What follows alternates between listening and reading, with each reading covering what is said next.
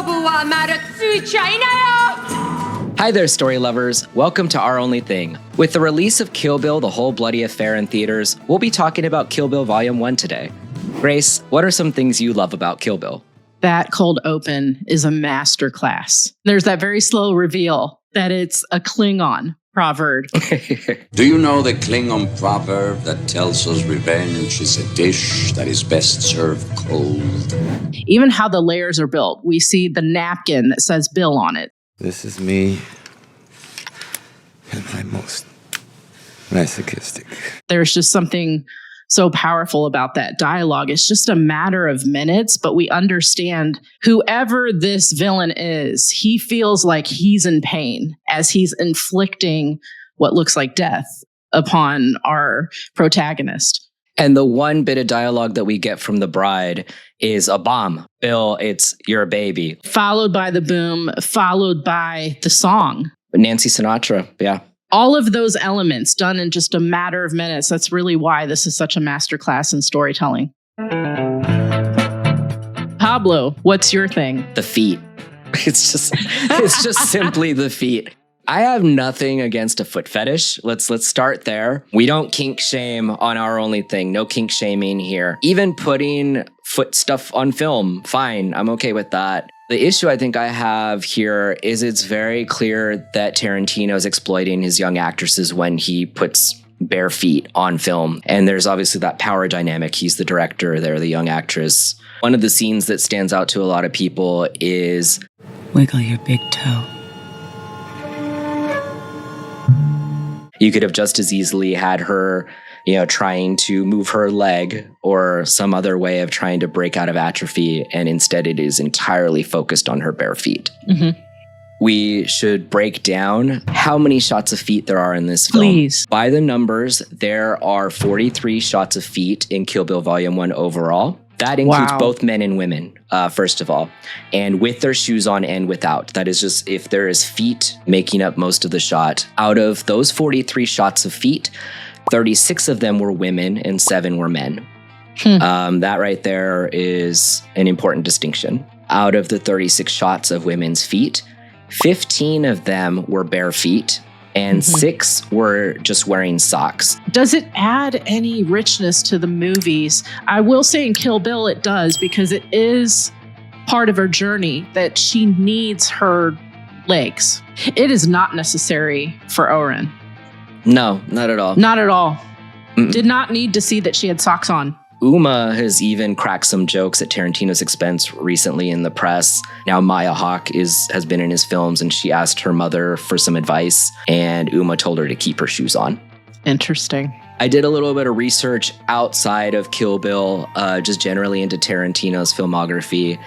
And here is a list of actresses who have had their bare feet featured in his films.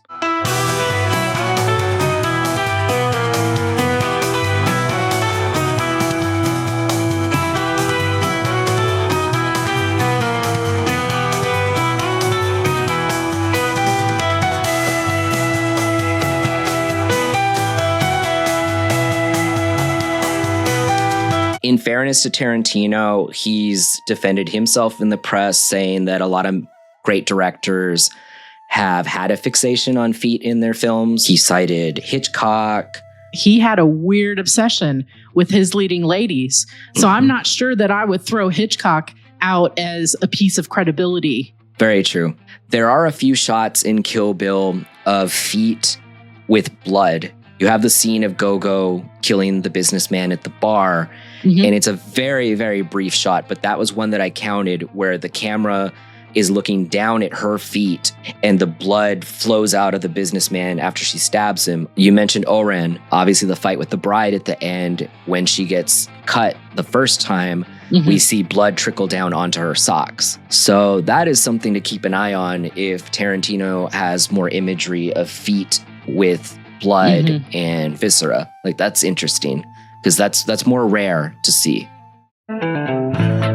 My only thing also involves numbers. Let's do it. There is a major discrepancy between the screen time that Lucy Liu has compared to Vivica Fox, and it's unacceptable.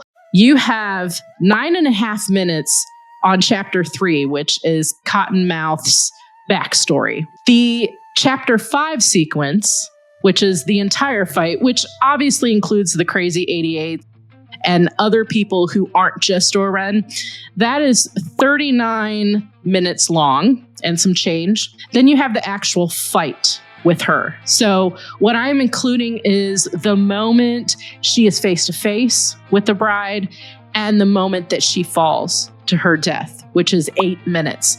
So in total, you have 49 minutes of screen time dedicated to o-ren, either directly or indirectly as part of her story. Now let me shift over to the other villain in this story. If you count from when she opens the door and is face to face with the bride to the moment she gets the knife in the chest and she kind of slumps to the floor, that's 7 minutes and 51 seconds.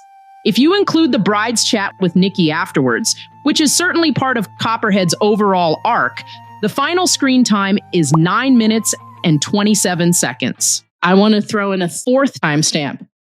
Elle makes an appearance in this movie. That sequence, including when she first starts walking down the hall until the end, that is 5 minutes and 8 seconds. The runtime, not including the opening and closing credits, is 1 hour and 43 minutes.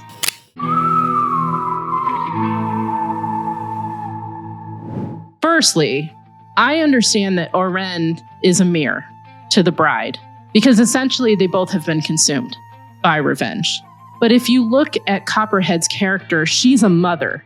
And while at this point in the story, the bride doesn't know that her child's alive, she knows that she was supposed to be a mother. She even makes the comment. I had a little girl once. She'd be about 4 now. But the thing is, there is this piece of dialogue. Billow said you were one of the best ladies he ever saw with an edged weapon. Fuck you, bitch. That's really meant to set up this fact that she has stormtrooper aim. It's also telling some things about Bill and about how the bride sees everyone else in the squad. I know he didn't qualify that shit. So you can just kiss my motherfucking ass, Black Mamba. And you get the great retort. I should have been motherfucking Black Mamba. So, like, the bride, to your point, is not even giving her full credit here that she is the best with an edge weapon. Probably better than the bride. Exactly. That's the perfect moment to give us a little exposition.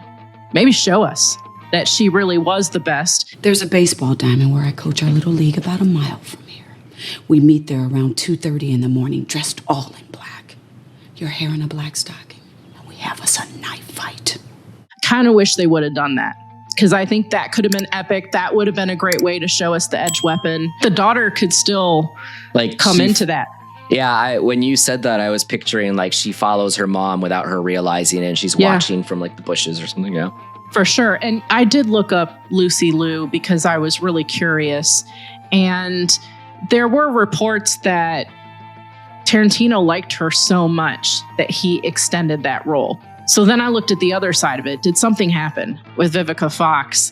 And maybe that's why she got less screen time. I couldn't find any evidence of that. I have to wonder if there was an intention to do more. And, you know, famously, this film had the studio interference that led to things like, you know, having to split it into two, having to do black and white for a lot of the fight in The House of Blue Leaves. Let's take the 5 minutes that was focused on Elle and let's give her more screen time. I really want to see her be incredible with the edge weapon. We got a little bit of it, but I actually want to see that in the same way that... With a sword. I want to see her with a sword. Where's her Hanzo's sword? Exactly. And I was about to say, in the same way that we know o-ren was a samurai. I want the baseball diamond fight. I would like to see that. Do you have a thing you would change about Kill Bill Volume 1? Let us know in the comments below. And check out these videos you might also find interesting. And remember, don't leave your business unfinished.